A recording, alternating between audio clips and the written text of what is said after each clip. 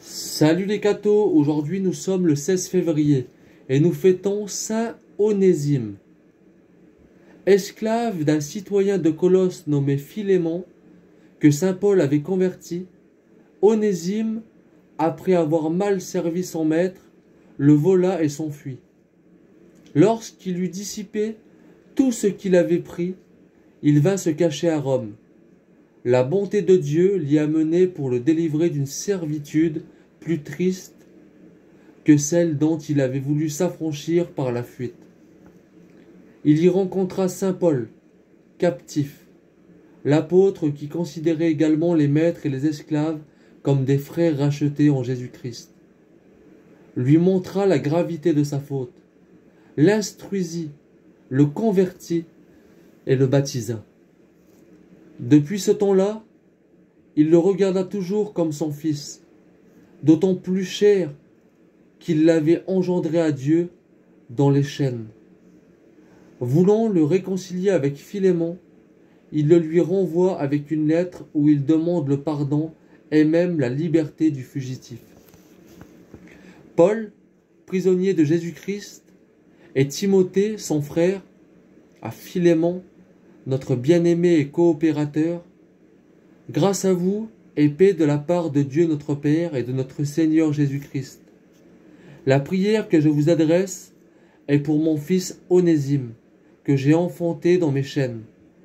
Je vous le renvoie.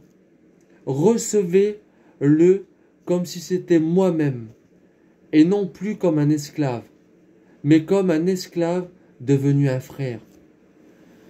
J'avais pensé d'abord à le garder auprès de moi, mais je n'ai rien voulu faire sans votre consentement.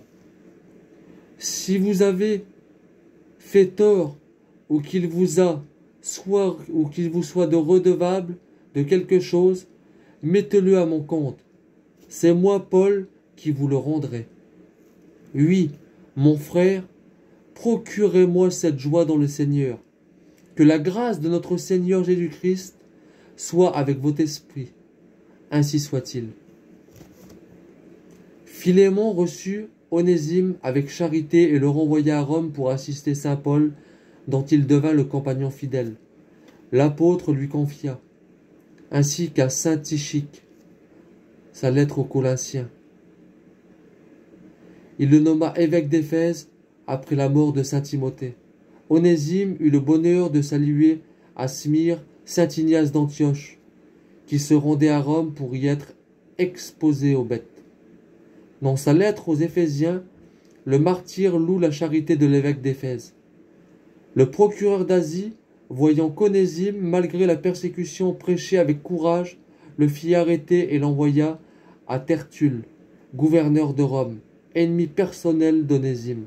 Celui-ci le soumit à la torture et le fit lapider en l'an 95.